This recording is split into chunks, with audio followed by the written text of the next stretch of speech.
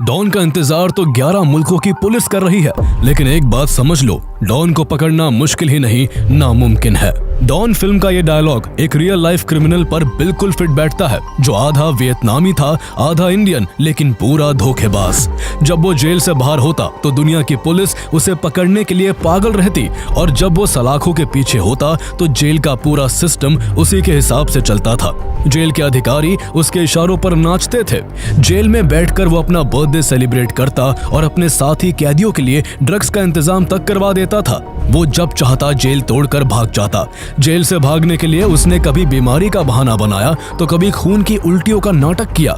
वो भारत की तिहाड़ जैसी हाई सिक्योरिटी जेल से भी ऐसा फरार हुआ कि सब देखते रह गए। उसकी पहुंच का अंदाजा इसी बात से लगाया जा सकता है कि तिहाड़ जेल में रहते हुए उसने अपनी लाइफ पर बनने वाली हॉलीवुड फिल्म का $15 मिलियन में कॉन्ट्रैक्ट साइन किया था।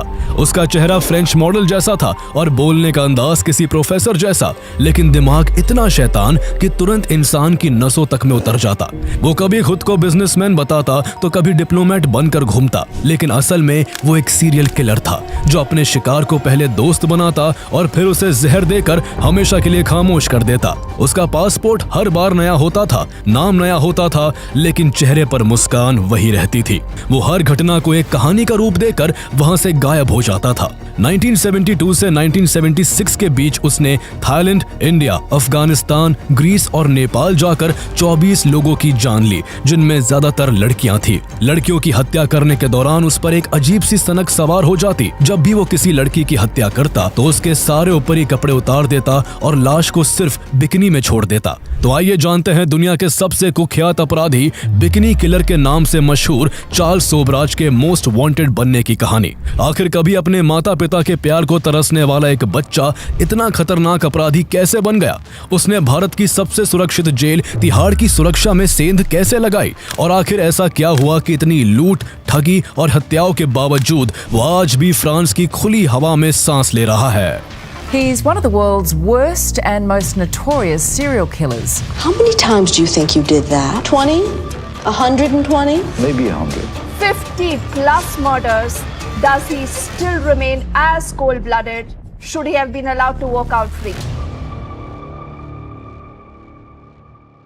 चार्ल्स गुरुमुख सोबराज का जन्म 6 अप्रैल 1944 को वियतनाम के साइगोन शहर में हुआ था। उसके पिता सोबराज हैचर्ड बावनी एक इंडियन बिजनेसमैन थे, जबकि उसकी मां ट्रैन लुआन फुंग वियतनामीज थी। चार्ल्स सोबराज के जन्म के साथ ही उसके माता पिता के रिश्ते में दरारें आनी शुरू हो गई और कुछ ही समय बाद दोनों अलग हो गए। जल्द ही चार्ल्स की मां ने एक French army officer lieutenant Alphonse Darreau से शादी कर ली और चार्ल्स को अपने साथ फ्रांस के मार्सेल शहर ले गई। चार्ल्स सोबराज के स्टेप फादर डैरियो ने चार्ल्स को अपनाया जरूर, लेकिन कभी भी उसे अपना नाम नहीं दिया। चार्ल्स उस घर में एक आउटसाइडर की तरह ही पलता रहा। बचपन में ही उसे यह एहसास हो गया था कि वो कहीं भी पूरी तरह बिलोंग नहीं करता। ना घर में अपनापन मिला, ना स्कूल में दोस्त। मिक्स रेस होने की वजह से फ्रेंच बच्चे उससे दोस्ती करने से कतराते थे। वो अक्सर क्लास से गायब रहता, अकेला घूमता और दुनिया को समझने की कोशिश करता। उसका दिमाग शुरू से ही तेज था, लेकिन उसके अंदर खालीपन भरता जा रहा था। ये खालीपन ही आगे चलकर उसके किरदार का सबसे खतरनाक हिस्सा बना। उसे सबसे ज्यादा अपने बायोलॉजिकल फादर की कमी महसूस होती थी, जिन्होंने उसे पैदा होते ही त्याग दिया था। उसके अंदर इस वजह से अपने पिता के लिए गुस्सा भी था। गुस्से में उसने अपने पिता के लिए अपनी एक डायरी में लिखा था कि मैं आपको इस बात के लिए पछताने पर मजबूर कर दूंगा कि आपने एक पिता का कर्तव्य नहीं निभाया। उसने ये लाइन भले ही गुस्से में लिखी हो, लेकिन यही उसकी जिंदगी की सच्चाई बन गई। बीतते समय के साथ उसकी अपनों से दूरियां और भी बढ़ती गई और वो क्राइम की दुनिया की तरफ खिंचता चला गया। कम उम्र में ही उसने चोरी और धोखाधड़ी जैसे छोटे मोटे अपराध करने शुरू कर दिए। सोबराज लोगों को मैनिपुलेट करके पहले उनका विश्वास जीतता और फिर एक दिन उनको लूट कर गायब हो जाता। मिक्स रेस से होने की वजह से उसके लुक्स काफी डिफरेंट थे। वो बहुत आसानी से किसी भी कल्चर के लोगों में घुल मिल जाता था। सबसे अच्छी नॉलेज उसे लैंग्वेजेस की थी। उसे फ्रेंच, इंग्लिश, हिंदी और वियतनामीज समेत कई भाषाएं आती थी। उसे लोगों के चेहरे पढ़ने आते थे और कौन सी बात कहकर उनका भरोसा जीतना है, ये भी उसे बहुत अच्छे से पता था। धीरे धीरे वो इंसान जो बचपन में खुद को दुनिया से अलग और ठुकराया हुआ महसूस करता था, अब दुनिया को ठगने की राह पर चल पड़ा। पड़ा था। वो अलग अलग देशों में ट्रैवल करने लगा और हर जगह उसका एक ही काम होता, लोगों को अपनी बातों में फंसाकर लूटना। दर्जनों चोरियां करने के बाद 1963 में सोबराज 19 साल की उम्र में पहली बार पुलिस की गिरफ्त में आया। उसे एक ज्वेलरी हाइस के आरोप में कस्टोडियल सजा मिली और पेरिस की पॉइजी जेल में बंद कर दिया गया। लेकिन सोबराज जेल में भी लोगों को अपनी मैनिपुलेटिव बातों में फंसाने से बाज नहीं आया। जेल में उसने अपनी किसी मासूम और लाचार इंसान की इमेज बनाई, जैसे वो कोई बेचारा हो जो हालात का शिकार बन गया। उसका यह खेल इतना कन्विंसिंग था कि जेल के कई अफसर तक उससे हमदर्दी रखने लगे। जहां दूसरे कैदियों को सख्त सजाएं मिलती थी, वहीं सोबराज पर हमेशा हल्का हाथ रखा जाता। इसी दौरान उसकी मुलाकात फेलिक्स डी एस्कॉग्ने से हुई, जो एक वेल्दी यंग मैन था और हर हफ्ते पॉइजी प्रिजन में कैदियों की लीगल हेल्प करता था। सोबराज ने अपनी चालाकी से फेलिक्स डी एस्कॉग्ने को अपने चाम में उलझा लिया। कुछ ही मुलाकातों में दोनों अच्छे दोस्त बन गए। इसी दोस्ती के चलते सोबराज जेल से रिहा होने के बाद अपने घर ना जाकर सीधे फेलिक्स के घर रहने चला गया। उम्र बढ़ने के साथ वो अब पहले से ज्यादा सतर्क और चालाक हो चुका था। फेलिक्स के घर में रहने की वजह से चार्ल्स सोबराज दो बिल्कुल अलग अलग दुनियाओं में जी रहा था। एक तरफ फेलिक्स डी एस्कॉग्ने की उजली दुनिया, जहां वो हायर सोसाइटी के लोगों के साथ घुलता मिलता और समाज सेवा करने की एक्टिंग करता, जबकि दूसरी तरफ उसकी अपनी क्राइम की दुनिया थी, जहां चोरी, धोखाधड़ी और अपराध ही उसकी असली पहचान थी। इसी दौरान एक पार्टी में सोबराज की मुलाकात पेरिस की रहने वाली यंग एंड ब्यूटीफुल लड़की शांटेल कॉम्पेनियन से हुई। सोबराज की चार्मिंग पर्सनालिटी ने शांटेल का दिल जीत लिया। दोनों के बीच दोस्ती हो गई और कुछ मुलाकातों के बाद ये दोस्ती प्यार में बदल गई। चार्ल्स सोबराज शांटेल को शादी के लिए प्रपोज करना चाहता था। एक दिन चार्ल्स उसे एक चोरी की कार में बिठाकर एक ग्रैंड कैसीनो ले गया और वहीं उसने शांटेल को शादी के लिए प्रपोज कर दिया। लेकिन जब दोनों कैसीनो से लौट रहे थे, तब रास्ते में सोबराज को चोरी की गाड़ी के जुर्म में अरेस्ट कर लिया गया और उसे 8 महीने तक जेल की हवा खानी पड़ी। जेल से रिहा होने के बाद दोनों ने शादी कर ली। शादी के बाद चार्ल्स ने अपना क्राइम एम्पायर और बड़ा करना शुरू किया। पूरे फ्रांस में वो नकली चेक्स और स्कैम्स के जरिए लोगों को ठगता। उसके निशाने पर अमीर लोग होते, क्योंकि मोटी रकम वहीं से आती थी। सोबराज फिर से पुलिस की नजरों में आने लगा था, क्योंकि जब भी किसी अमीर के घर चोरी होती, वहां पुलिस को उसकी मौजूदगी का कोई ना कोई सबूत मिल जाता। इसलिए पकड़े जाने के डर से साल 1970 में एक रोज उसने अपने दोस्त फेलिक्स से घूमने के लिए उसकी कार मांगी और अपनी पूरी जमा पूंजी लेकर अपनी पत्नी के साथ फ्रांस से ईस्टर्न यूरोप के रास्ते एशिया की ओर निकल गया।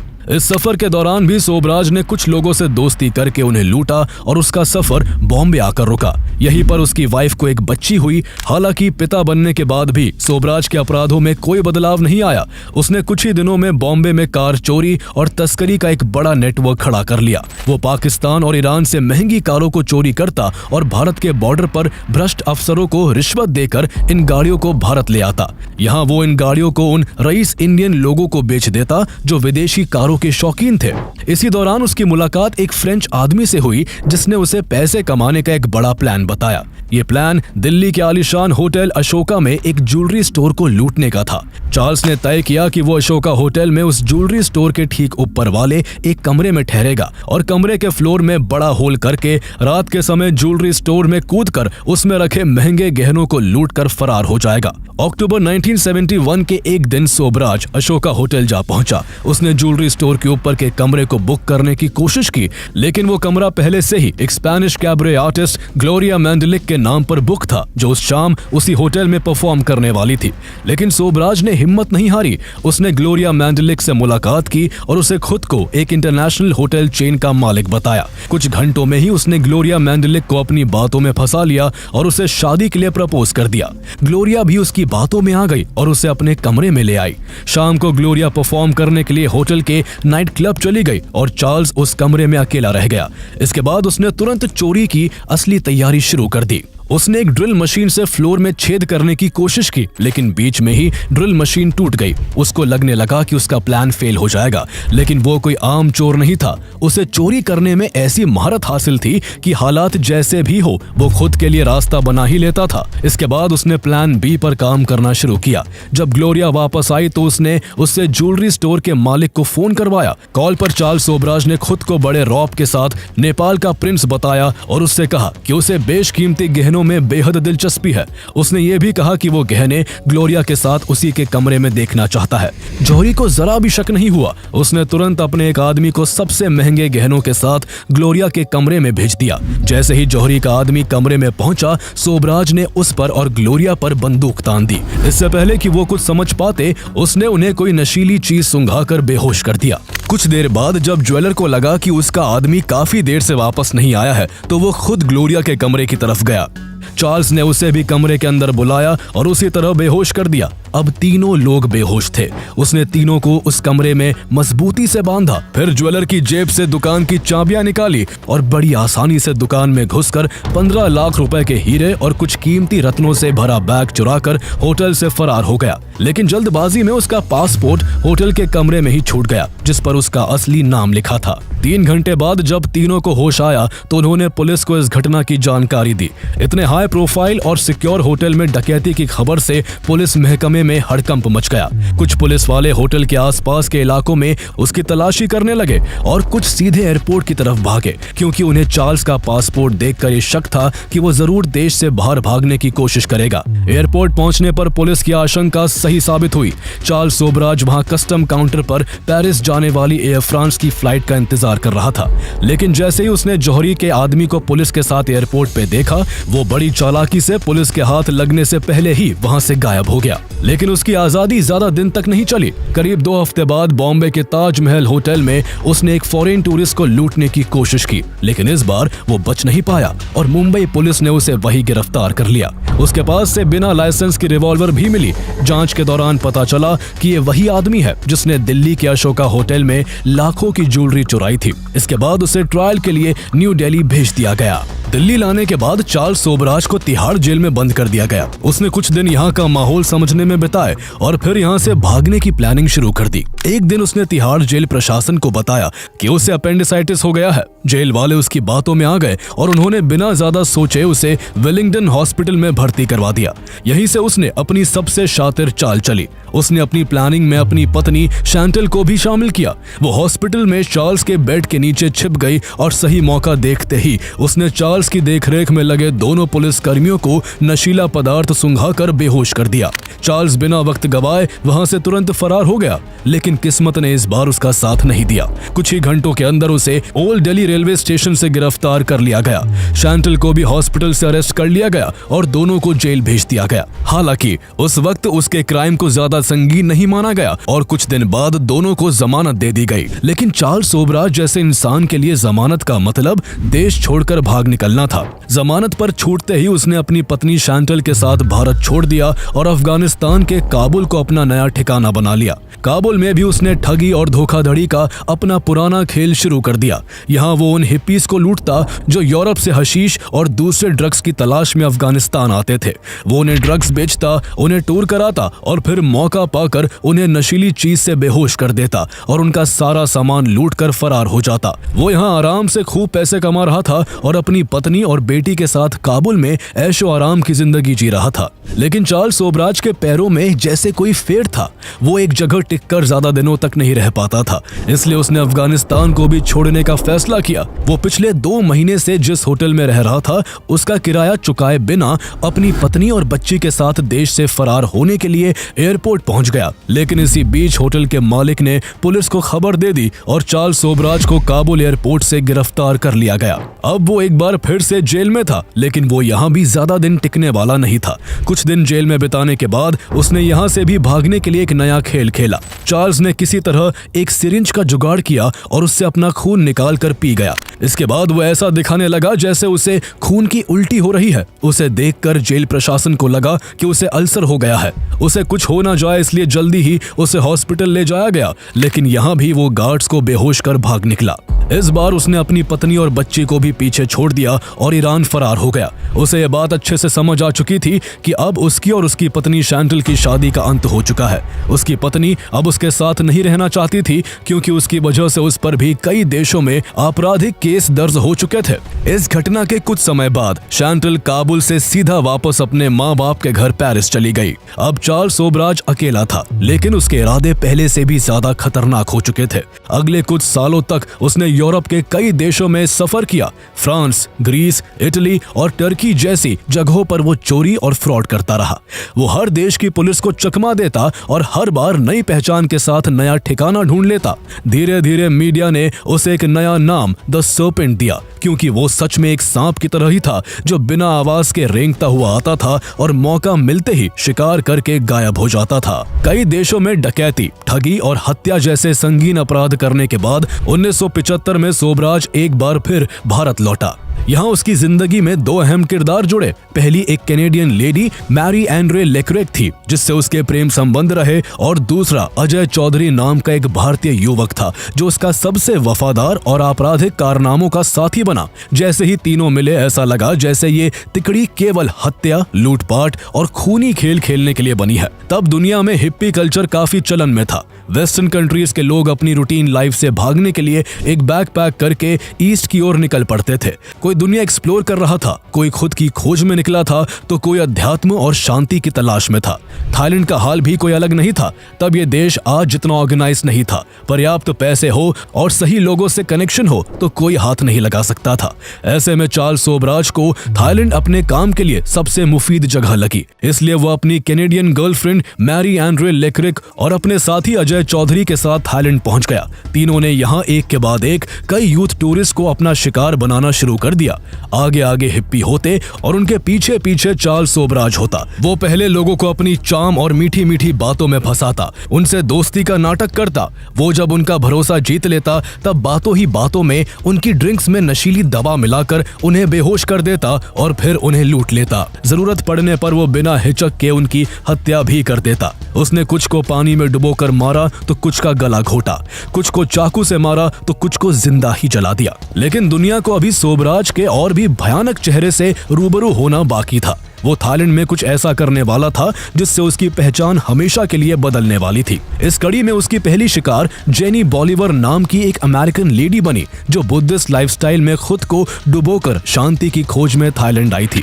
लेकिन वो गलती से चार्ल्स सोबराज और उसकी गैंग के संपर्क में आ गई। सोबराज ने जेनी को अपनी बातों में फंसाया, उसे लूटा और फिर बेरहमी से उसकी हत्या कर दी। कुछ दिन बाद पुलिस को जेनी की लाश गल्फ ऑफ थाईलैंड के गर्म टाइट पूल में तैरती हुई मिली।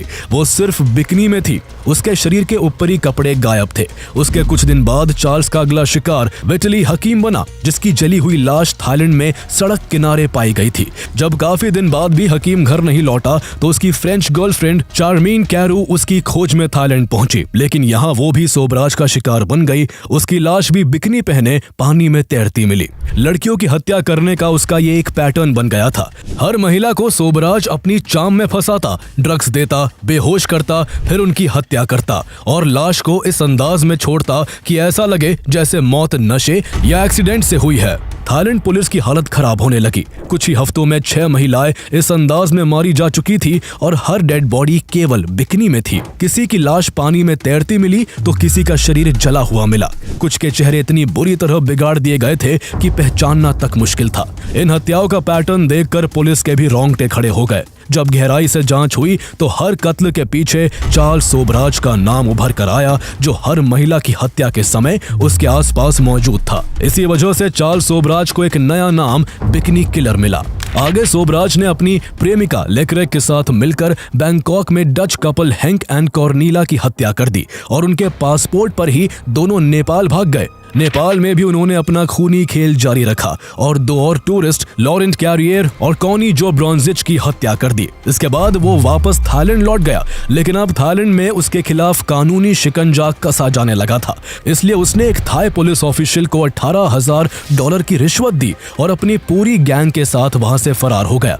इसके बाद उसने अपना अगला ठिकाना मलेशिया को बनाया, जहां उसने ज्वेलर के तौर पर अपना काम शुरू किया। उसने अजय चौधरी को खदानों से कुछ जेम्स लाने के लिए भेजा। अजय उन खदानों से $40,000 कीमत के जेम्स लेकर लौटा। तीनों इन जेम्स को बेचने के लिए जनीवा चले गए, लेकिन जब वहां से लौटे तो अपने फायदे के लिए सोबराज ने अपने वफादार साथी अजय चौधरी की भी हत्या कर दी। वो शख्स जिसने चोरी से लेकर मर्डर तक में चार्ल्स सोबराज का साथ दिया था, अब वो खुद चार्ल्स के लिए बोझ बन गया था। और चार्ल्स के लिए जो बोझ बनता वो जिंदा नहीं बचता, चाहे वो दोस्त हो, साथी हो या बीवी।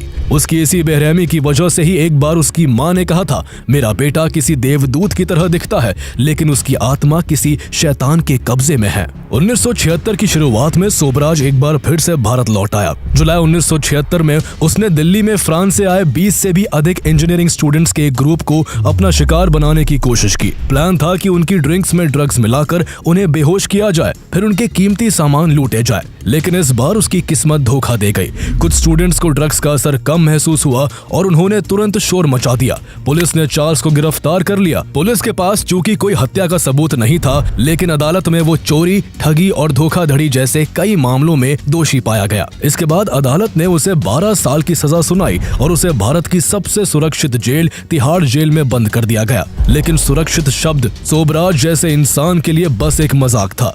उसने बहुत ही कम समय में पैसे और चालाकी से जेल को अपना साम्राज्य बना लिया। उसकी सेल किसी स्टूडियो अपार्टमेंट से कम नहीं थी, जिसमें बेड के अलावा मेज, बैठने के लिए कुर्सियां और दीवार पर किताबों से भरी शेल्फ भी थी। यहाँ तक कि उसकी 10 बाय 12 फीट की सेल में उसके पास 2 से 3 नौकर जैसे कैदी भी थे, जो उसकी मालिश करते, कपड़े धोते और उसके लिए खाना तक बनाते थे। तिहाड़ में उसका इतना रौब था कि बाकी कैदी और यहाँ तक कि कुछ गार्ड्स भी उसे चार्ल्स साहब कहकर बुलाते थे। वो जेल के कैदियों और स्टाफ की तरफ से याचिकाएं लिखता था, जो कई बार किसी वकील से भी ज्यादा असरदार होती थी। चार्ल्स सोबराज की जेल की सजा 1988 में खत्म होनी थी, लेकिन उससे कई साल पहले ही थाईलैंड सरकार ने उसके एक्स्ट्राडिशन की मांग तेज कर दी थी। वहां उस पर 6 लड़कियों समेत कई विदेशी नागरिकों की हत्याओं का मुकदमा चलना था। थाईलैंड की ओर से लगातार की जा रही गुजारिश से 1985 में भारत सरकार भी चार्ल्स के एक्स्ट्राडिशन के लिए राजी हो गई। चार्ल्स सोबराज जानता था कि थाईलैंड में दोषी पाए जाने पर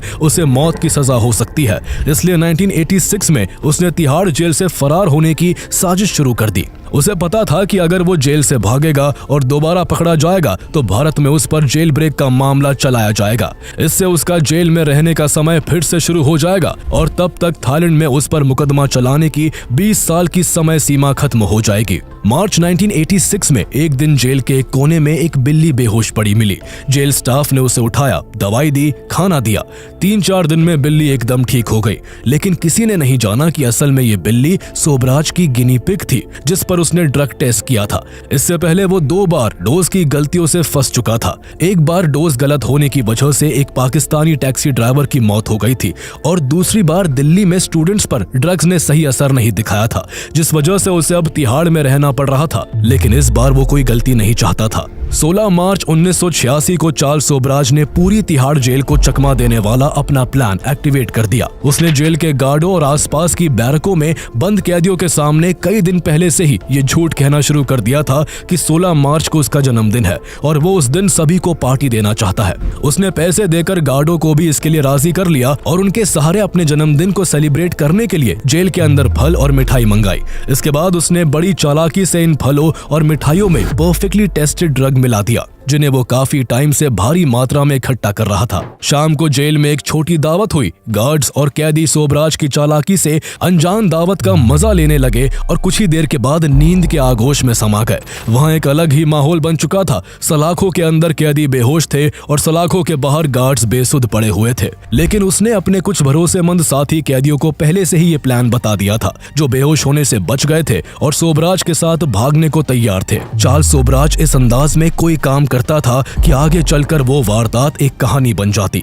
उसने इसी तरह बेहोश गार्ड्स के हाथों में 50-50 के नोट थमा दिए और जेल से भागने से पहले अपने बैरक के गेट पर अपनी फोटो खिंचवाई। वो इतना शातिर था कि वो अपने साथ तिहाड़ जेल के सिपाही का भी अपहरण करके पुलिस की गाड़ी में ले गया और उसका एक हाथ खिड़की से बाहर कर दिया, जिससे बाहर उसकी वर्दी दिख सके और मेन गेट पर तैनात पुलिस के जवानों को लगे कि पुलिस की सहमति से ही वो जेल के बाहर जा रहा है। तिहाड़ जेल के बाहर एक गार्ड गाड़ी सोबराज का इंतजार कर रही थी। वो जेल के बाहर आया, उस गाड़ी में बैठा और तिहाड़ की सुरक्षा का मजाक बनाते हुए बड़े आराम से वहां से रफू चक्कर हो गया। जब उन सुरक्षा कर्मियों को होश आया तो उनके पैरों तले जमीन खिसक गई। सोबराज के अलावा 11 और कैदी तिहाड़ से फरार हो चुके थे। इस खबर के बाद तिहाड़ जेल प्रशासन में अफरा तफरी मच गई। हालांकि चार्ल्स सोबराज भागा ही दोबारा से पकड़े जाने के लिए था, इसलिए वो कुछ दिन तो अंडरग्राउंड रहा, लेकिन कुछ दिन बाद गोवा में खुलेआम बिना किसी डर के घूमने लगा।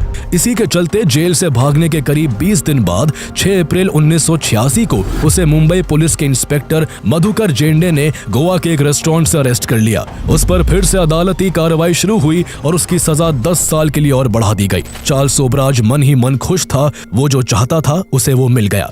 इसके बाद उसे 1997 तक भारत की जेल में रहना पड़ा और 1997 में जब चार्ल्स सोबराज तिहाड़ जेल से रिहा हुआ, तब तक थाईलैंड में उस पर मुकदमा चलाने की समय सीमा बीत चुकी थी। 1997 में रिहाई के बाद उसे फ्रांस डिपोर्ट कर दिया गया। इसके बाद उसने जेल में बिताए अपने वक्त और दुनिया भर में किए गए क्राइम को सेंसेशनल तरीके से बेचना शुरू किया। वो इंटरव्यू के लिए पैसे लेता और अपराध की कहानियां ऐसे सुनाता जैसे कोई स्टोरी टेलर हो। वो अक्सर कहता, जब तक मेरे पास लोगों से बात करने का मौका है तब तक मैं उन्हें बहला फुसला सकता हूँ। उसने फ्रांस में 6 साल इस तरह मीडिया इंटरव्यूज, पार्टीज और अपने किस्सों के दम पर गुजारे, लेकिन चोरी और हत्या के बिना उसका आगे मन नहीं लगा और साल 2003 में नेपाल चला आया। नेपाल लौटना उसके लिए एक बड़ी भूल साबित हुई, क्योंकि वो यहाँ अब भी 1975 में हुए लॉरेंट कैरियर और कोनी जो ब्रॉन्जिच के दोहरे हत्याकांड में वांटेड था। नेपाल पहुंचने के कुछ ही दिन बाद नेपाल पुलिस ने उसे गिरफ्तार कर लिया। इस बार उसके खिलाफ केस मजबूत था,